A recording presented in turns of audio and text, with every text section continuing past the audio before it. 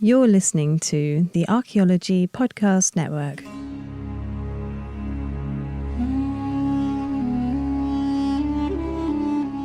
You're listening to the Rock Art Podcast. Join us every week for fascinating tales of rock art, adventure, and archaeology. Find our contact info in the show notes and send us your suggestions.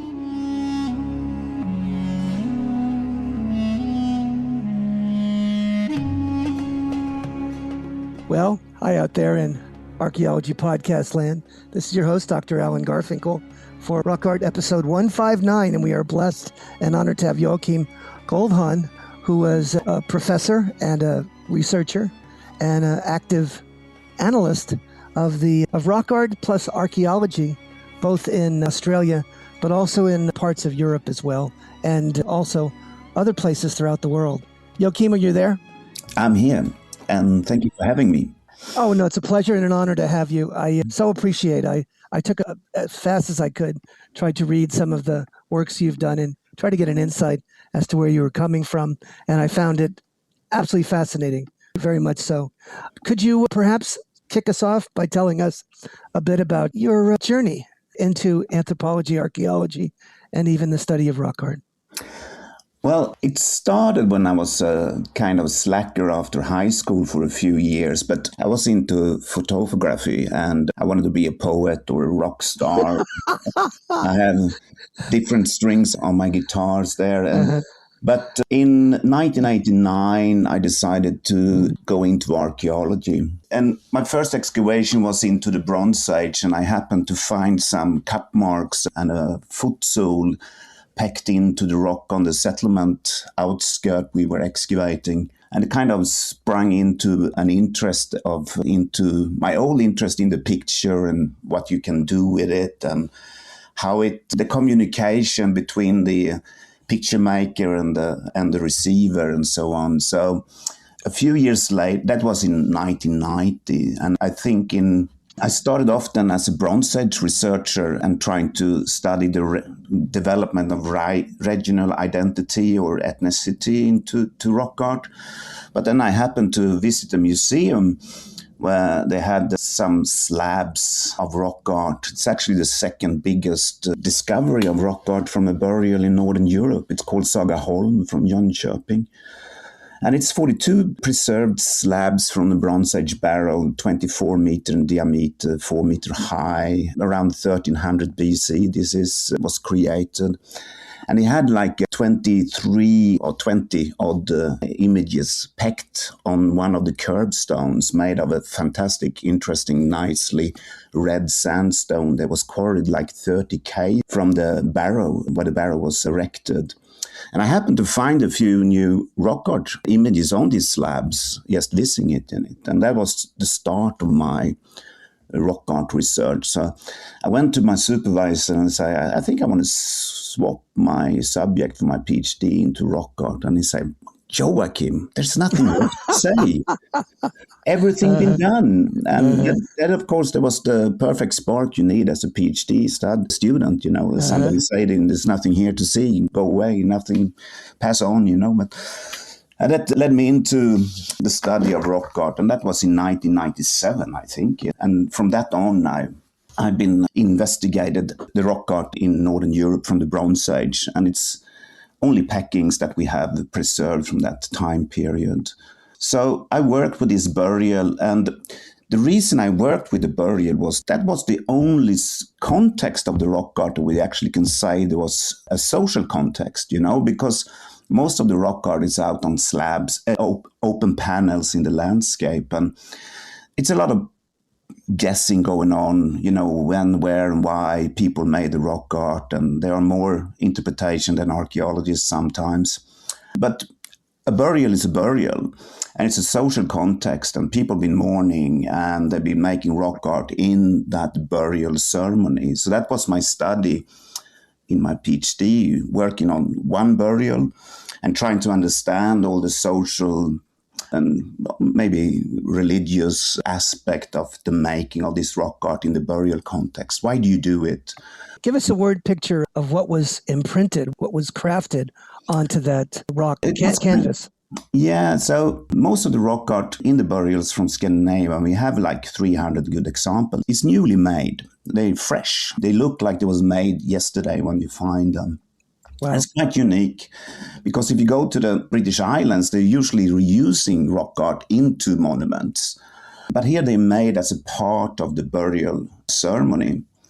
And in this case, there are three different curbstones in the burial. And you can see they were made in a go.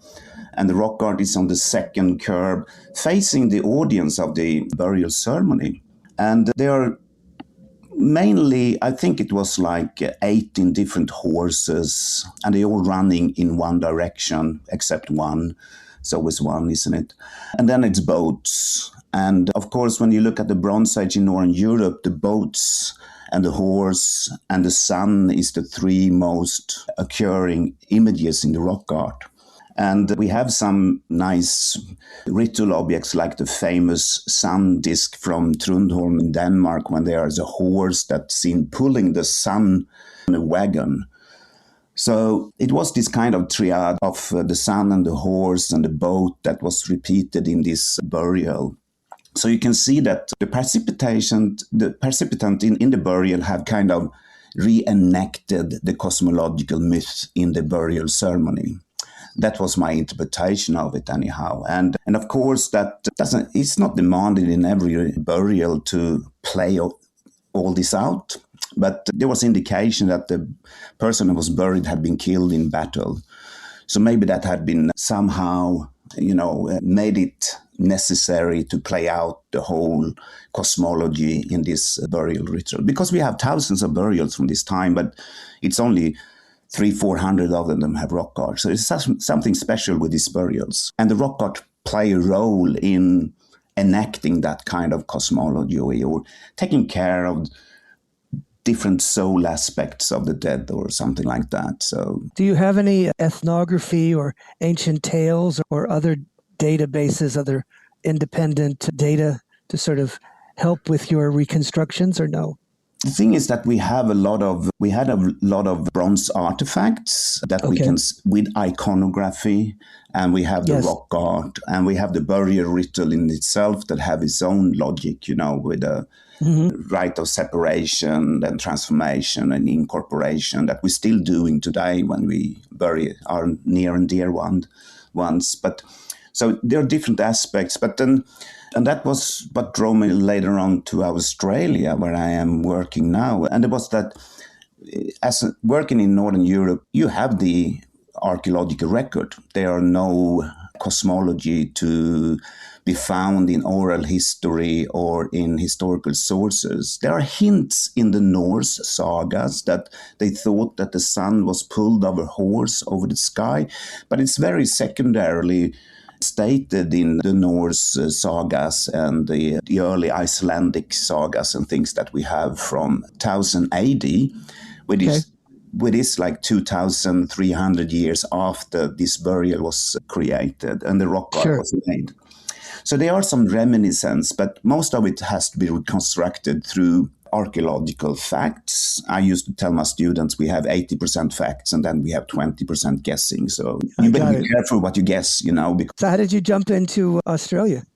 And the thing is that I found a kind of limit in what we can say as an archaeologist excavating or analyzing rock art just by looking at it or looking at the landscape perspective. There's a lot of things we can say, but it's also that kind of, I was missing that inside voice, and yes. As an eager PhD student, of course, you read a lot of archaeological research about rock art, and I became more and more fascinated of North American stuff and South African stuff and Australian stuff, because there we have some really good sources to actually unlock the rock art. It's such a rich record, and at least in some instances, people are actually still manufacturing those sites.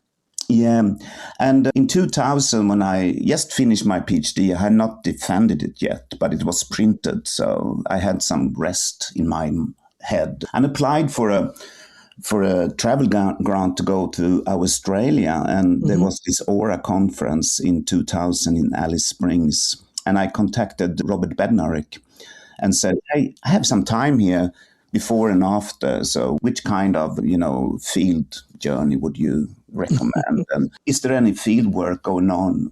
And he was lucky enough to contact me with Ken Mulvaney and Paul Tyson, Richie Fulliger. Sven Oosman was there also, the South African scholar that nowadays works in Perth. And so I joined archaeological dig in Kununurra and in the border between Western Australia and Northern Territory, far up in the Keep River National Park, where they had a project for a native title. So I spent like 6 weeks there, or 5.5, something, excavating and surveying and documenting rock art, and got an insight in how it is to work with indigenous people and so on. Fantastic. What a wondrous experience. I think we'll stop there and we'll catch it on the next segment. See you in the flip-flop, gang. Welcome back, gang.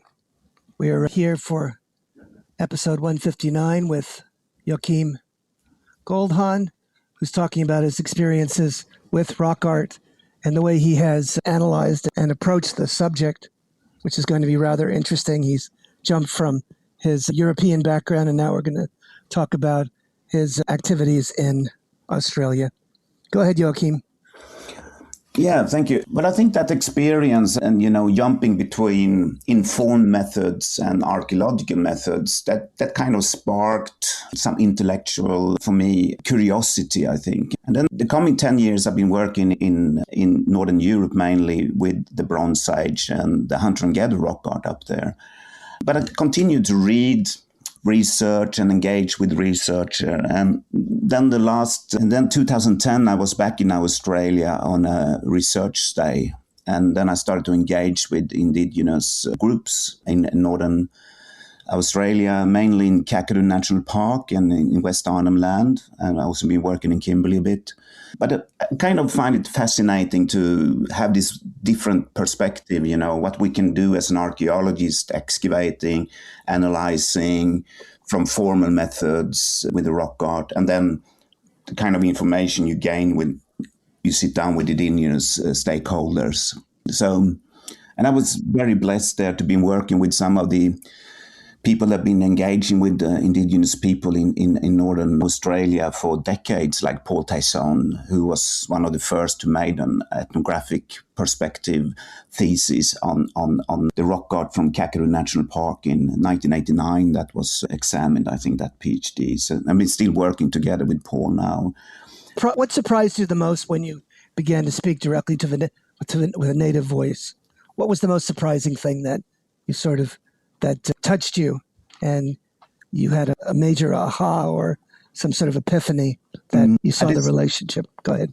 And it's two aspects, I think, that's really striking coming from Europe and, going out in the landscape here and engaging with indigenous people. And the first one is the vastness of the rock art. Australia is by far the rock art capital in the world, and it's so diverse from different areas and so on. And I said to my wife, after I've been working with her in Kakadu National Park for 5 days, I said, if this was in Europe, we would have documented at least 10 World Heritage Sites this week. Wow. And I'm not kidding, Oh, yeah, no, yeah. I can say something. We were documenting a frieze with old handprints, probably like 10 to 16,000, 20,000 years. Nobody knows. Wow. And we were working there for a whole day and taking photos. And we were back next morning and we finished at lunch and I had to go and see a friend around the corner.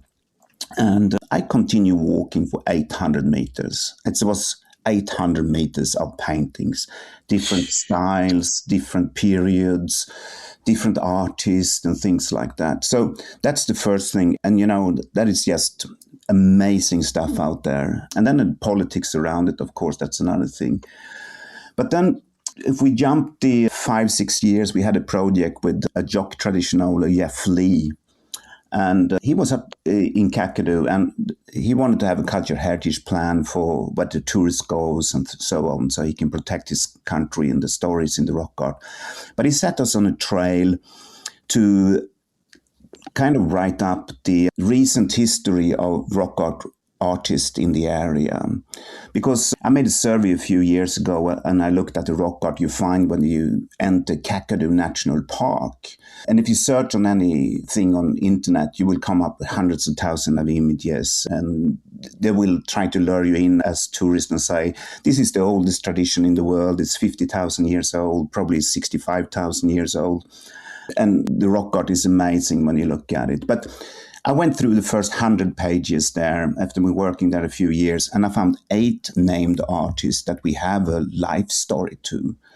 Wow. And he sent us over the East Alligator River. It's a lot of crocs there, but when you make it, we came to Gunbalanya and knocked on a little yellow house, and out come an old lady, Josie Marangura, her name is, and she was born around 1950, and her father and grandfather were rock art artists and made some of the rock art that tourists see when they come to Kakadu National Park. And we could sit down and took her back to the places where she was a kid when she saw her father and grandfather making rock art. And this was in the 50s, in the 60s, and so on. And so one of the most famous rock art sites in the world is the Anbang Bang shelter at Norlandia Rock in Burungoy area in Kakadu National Park. And she was like 12 years old when she saw her grandfather and father paint that.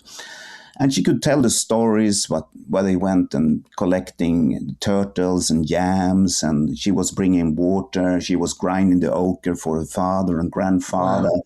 And you can sit down and have these kind of conversations with people that actually have direct insight into the making and reason behind it, and also the social context of making the art and so on. And what we discovered is to some research project together with Paul Tace and my wife Sally May at Adelaide University, is that we have a list now at least like 60, 70 named rock art artists, and some rock art was made last couple of years even, So it's still a vital part in the living tradition, and they sometimes make rock art still. And you can still sit and talk with people that made rock art when they were young or saw their parents do it and so on. And it's a direct continuity into the life world of today's people, indigenous people in Arnhem Land. And at the moment, we have one of them staying with us here. Joey Namanjira is down from Gunbalanya and sitting and making paintings here and sharing stories with us. He came down last Monday, so I've been here for 8 days now. But fantastic. What an experience to actually speak with someone who prepared the rock art, whose relatives prepared the rock art, and he helped to prepare the actual pigments, and they know the stories behind it, and actually were. And one of the things that I detected in that story is that the rock art was an open media in the last hundreds of years at least. It was for children and elderly people. There was nothing secret with it. There are artworks that are secret, but they are made in ceremonial context outside the everyday living. But the rock art was a kind of open media everywhere there. It doesn't mean it doesn't contain ceremonial information. It's a lot of ceremonial information there, and they're using that as a kind of heuristic means to educate people so they know what happened on the day when it comes to initiation. So if you know the background stories, and some of them can be shared and some can't be shared with outsiders like me, but when you know it, you can see it's a highly ceremonial world sometimes that they paint, but they were made in front of children and uninitiated women and youngsters. And what they kept secret then was the information about the images. The images was there to share for everybody, and was used actively in educating people about it. And so that's what I think is the two things that strike you me as a European when I started working with indigenous group, the vastness of the material, but also the opportunity to actually sit down and learn from indigenous people. And they're happy to share what they can share. And then the things they don't share if you don't go into sermon, if you don't initiate yourself into their life world and go through ceremonies. I haven't done that, but it's so much to learn there just to sit down and listen and watching, So that's the two things I think that really strike me working here in Australia. Yeah, tell me a bit about the politics, because that's something that relates to what I know here in the States. Is there, I presume that the indigenous people are proactive and supportive of the kinds of research or documentation that you do, or is that not the case? It is. And I think the first year when I came down to Australia, I was treated as a child, of course. I'm walking like a child on their country. Sure. And it's all about building confidence and invest in the relationship. There's certain stories you can come as a tourist and be shared, and there's other things that only be shared when you build that kind of trust. So when I'm working, for instance, with the man I mentioned, Jeffrey Lee in Kakadu National Park, there's certain things that he wants me to document and be shared with everybody, and the other things that that concern secret sites that they have an authority called Sacred Site Authority that work with those kind of issues. So the information that can be shared and not can be shared, and I think that work in long-term building relationship is crucial for that. But it also comes with responsibility then, because you can't share everything, Of course. Yeah. Are the people who are artisans, were they specialists in the ritual, the background, the sacred narrative, or were they different classes of people? Was it exclusively men? Did women get involved? Do kids ever do rock art? Kids is actively made part of it, and many of the rock art that we documented and that we have historical information is bored kids coming up to the grandparents or parents and say, tell a story. And they tell a story and they make the rock art. So they were highly involved in the creation and used as a medium to educate kids. The things you have to learn to gather food and hunt and things like that, but it's also other culture information that was shared through the rock art. And many try out to be artists and things like that, but it's a kind of firm apprentice system, and it's all grounded in the clan system. And to make it very easy, it's a duality. You have certain rights in your father's countries, and you have certain rights in your mother's countries. And usually an artist is educated by starting to paint the mother country through her grandfather and later on their father country. And if you become a ceremonial man, you can earn the right to paint other stories outside your father country and your mother country. But many people that started out as artists, they kind of make a few rock art in the early years after they've been initiated. Very few of them become ceremonial leader and highly esteemed master artists that actually educate others. Got it. Well, let's leave it there, and we'll pick it up on the next segment. See you in the flip-flop, gang. Welcome back, gang. This is the final segment of episode 159. We have Joakim Goldhahn with us, and he's telling us stories about his experiences in Australia directly with the Aborigines and how they still to this day, in some cases, manufacture rock art, and how the entire family sometimes sounds like they get involved in this kind of activity. Joakim, you have I think a specific case you want to talk about to the listeners. Well, one of the things we found out, and been working there in this project for 7-8 years now, together with Jeff Lee, is that there were many people making a few rock art. And so we have a long list of people who made rock art, but there were very few of them that made many rock art. And none of them was so prolific as this man, Nyambommi, that we spent a few years studying now.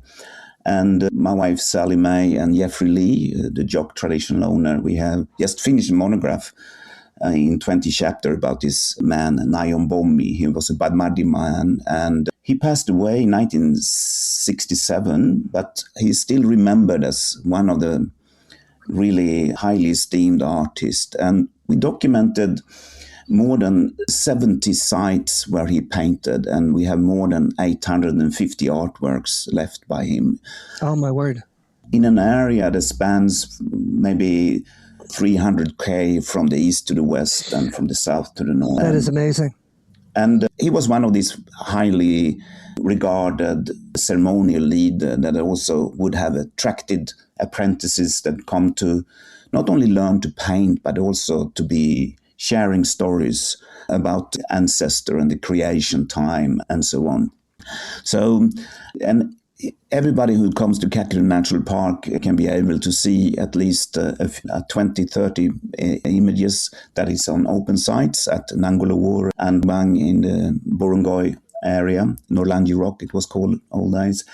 But it's amazing to be able to sit down and learn about a life like that. And we know, for instance, that he was taken to the rock art side early as a boy by his father and was introduced to the media. And later on in life, he became one of these artists that when he was traveling around visiting ceremonies or friends and families, he would be the one that people came up and say, share a story with us. And then he would take out his stuff and sit down and paint, and people were sitting and listening for a while when he was making the art.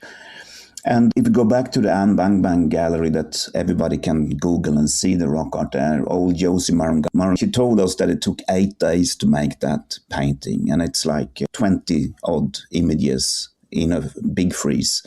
Some of them is 6 and 7 meter up, so they had to build a simple scaffolding to go up and create those paintings. It's a book that will be probably published in a year or two and a half. We're just signing contract on it with a publisher. So, but it's very few of them that had that kind of esteem around them. But you can learn a lot by sitting down with the artists today, because the apprentice system is still working and still similar to when this old man was born on the other side of the 1900s. Absolutely amazing. What an exciting adventure. And what a luxury or a blessing to actually have an opportunity to spend time with one of the great artists of the Aboriginal Australia rock paintings.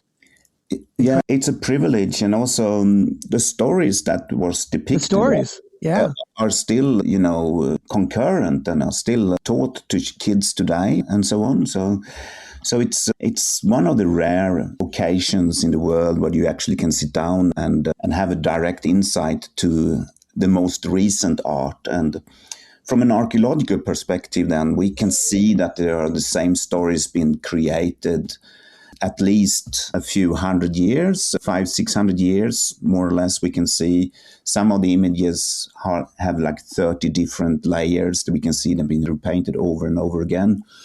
And through the work of Paul Tyson and others, we know that some of the main creators, like the rainbow serpent, have been depicted in Arnhem Land for at least 10,000 years. That's amazing. Absolutely amazing. What would be the most important takeaway for our listeners to get from your life's work, your experiences?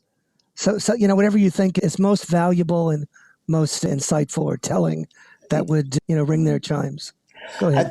I think you know yourself, others through your own work, And I think when I started out working in Northern Europe, I'm still working on that, working on a book at the moment. But it was like when I started out doing rock art research, was that you wanted to have the solution of making rock art, not one purpose, Yeah. And it should be this or that, or more like, were the rock art made for the living or for the dead? It was very simple things. Yeah. Like that. And to be able, now we've been able to sit down, and it's old oral recordings and new ones. I think I listed somewhere between 15 and 20 different purposes why this man, Nyambumi, made rock art. So rock art was not an end in itself, it was a medium for many things like that. And also working in Arnhem Land, West Arnhem Land, is that there are depictions of mythological beings like Namorodo or spirits that we can see have been depicted of this man, Nyambumi, in the rock art and in his bark paintings. Mm-hmm. And as an outsider, we think that is mythology, but working in Western Arnhem Land, these spirit beings are still around. You can still meet people that have interacted with Mimi people out in the bush, and the Namade and Namorodo, for instance, there are still active forces in the area. So when he depicting this kind of mythological being, that it can actually tell a biographical story. Did they use any means of establishing altered states of consciousness to, sort of interact with these supramundane beings, or no? That is the big question, because we're trying to impose like that kind of interpretation in South Africa and North America and other places. But so far in Australia, I have not been able to see that in the rock art. And it was not a part of the context when you were making the artwork, what I can see. But I think that is a really challenge for everybody working outside the informed method, is that if you have a different interpretation, they might not be so exclusive. It's just how to make sense of them. So they actually can explain everything. Yeah. Because make it more thorough, broader and deeper explanation, I think. No, but I think along the same ways you do is I've taken on that from the very start. One of the first things I published was about Koso rock art and trying to explain why I thought that some sort of unimodal shamanistic model might be a bit weak. And it appeared that there were a variety of reasons that this imagery was created. And of course, it didn't go over well in some courses. But I have tremendous respect for David S. Whitley and the whole gang that had to somehow demonstrate that particular perspective for some rock art and the nature of the integration of using some sort of altered states of consciousness and relating them to the nature of rock art. There's obviously something there, right? I used to say there's a rock art image to prove every theory, but every theory cannot prove every rock art image. Exactly. Yeah. And I think that is the beauty of it also. I think that it is. They make you come back to it and look at it from different angles. Yeah. And I think another kind of learning that I've been sharing over the year is that if you're working in the rock art areas, I did in eastern or western Sweden, sure, I always appreciated to go out and work with other colleagues. I was joining Andrew Jones in Scotland for a few years in his project there. And I didn't have an interest in the rock art. It's quite boring, cup and ring art. But just seeing the rock art in another landscape and another kind of culture. Oh, yeah. And then you come back and suddenly you see new things. And I think that is... You see with new eyes. There's something that I think that everybody can learn about in studying rock art, is that you can't find the same answer everywhere, but if you go out and engage with...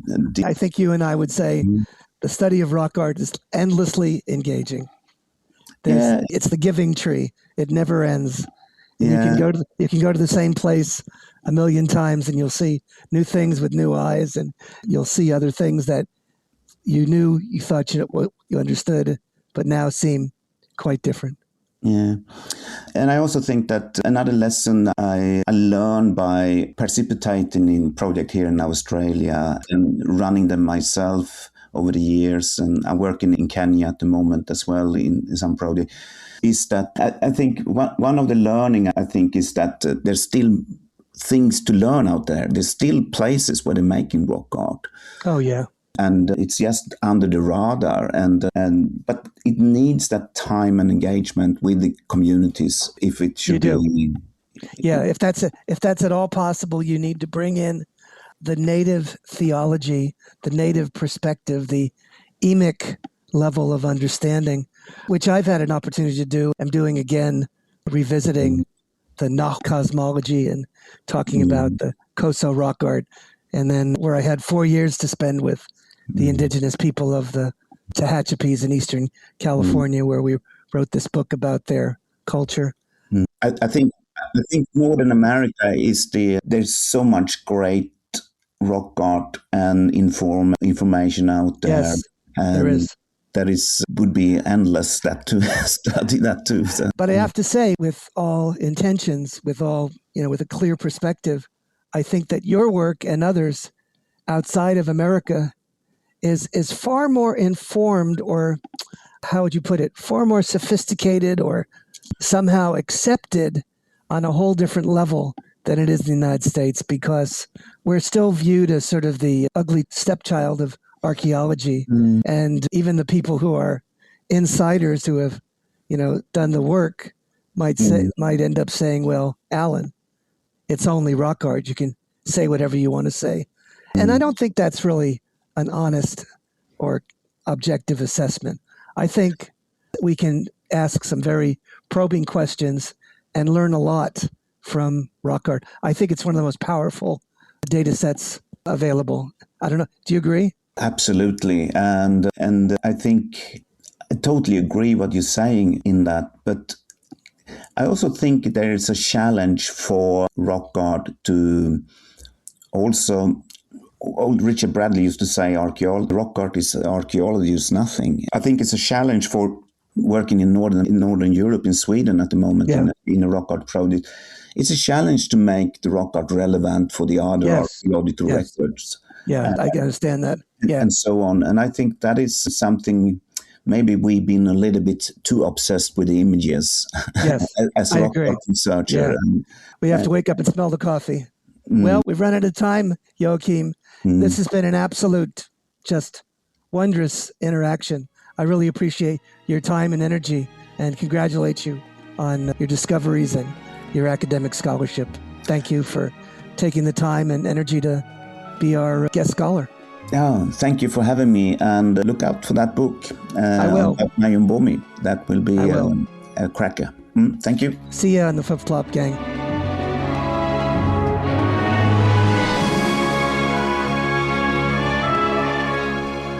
Thanks for listening to the Rock Art Podcast with Dr. Alan Garfinkel and Chris Webster. Find show notes and contact information at www.arcpodnet.com/rockart.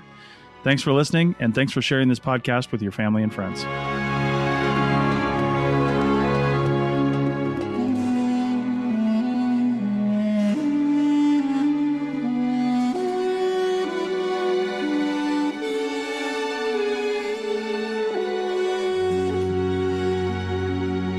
Thanks for listening to this podcast. The Archaeology Podcast Network's chief editor is Rachel Roden. Our executive producer is Ashley Airy. Our social media and newsletter coordinator is Matilda Siebrecht. The APN was founded by Chris Webster and Tristan Boyle on December 1st, 2014. We're supported by our amazing podcast hosts, many volunteers, and listeners like you. Check out membership at www.arcpodnet.com/members. This has been a presentation of the Archaeology Podcast Network. Visit us on the web for show notes and other podcasts at www.arcpodnet.com. Contact us at chris@archaeologypodcastnetwork.com.